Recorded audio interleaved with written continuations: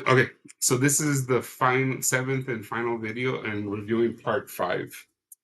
For this section, I want you to edit 2 sentences and 2 paragraphs from the assigned manuscript. The text you will use to help you with this section is Richard, Paul, and Linda Elder's How to Write a Paragraph, a Writing Manual, and again, or sorry, once that I'm like explaining it, it should be and Purdue OWL to provide information on editing.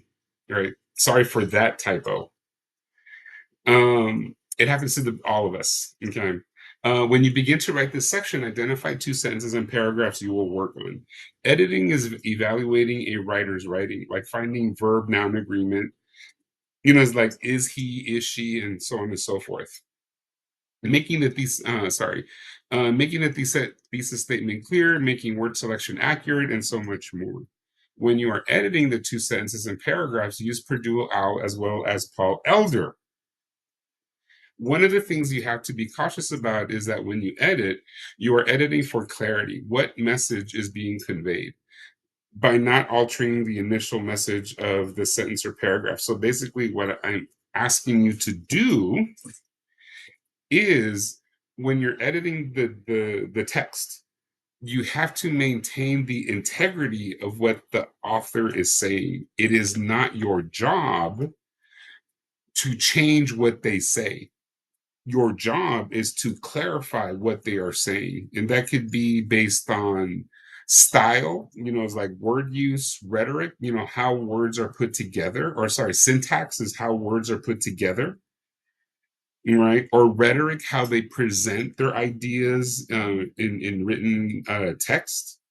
But then this also includes punctuation like sentences, commas, semicolons, and so on and so forth. And that's why I am encouraging you to, sorry, the cat, to use Purdue OWL, okay, to be able to edit.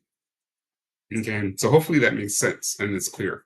Okay, now, so then once you're done editing, so that's the first thing that you're going to do. The first part is editing the 2 paragraphs and 2 sentences, right? And then once you do that, once you have edited the 2 sentences and paragraphs, I want you to paraphrase both sentences and paragraphs. When you begin the process of paraphrasing, use Paul and Elders from pages 13 to 16 using the practice.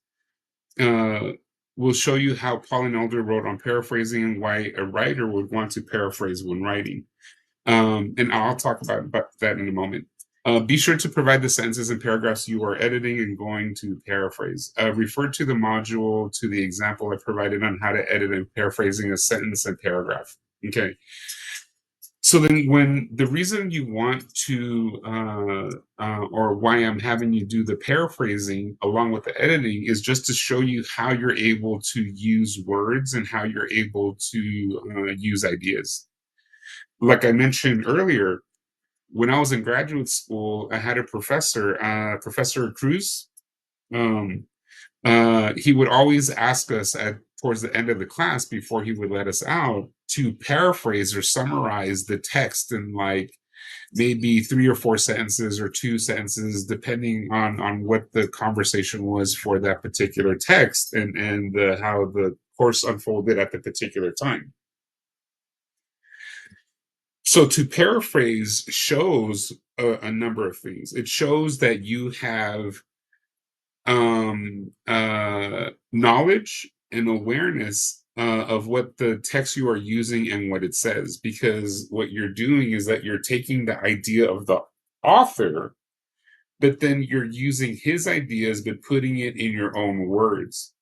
But the biggest thing that you have to make sure, and also refer to the pages that I listed on the handout, is that you have to identify and credit the person that you are borrowing the idea from, either if you're paraphrasing it, and especially if you're direct quoting. Right. And we'll talk about like direct quoting and all that as we start going into the research proposal. Okay. All right. So I hope that makes sense. Okay. In terms of like the paraphrasing. So then now I'm gonna continue. All right. So that's the handout. Okay. So I'm gonna Oh, sorry. Let me show you.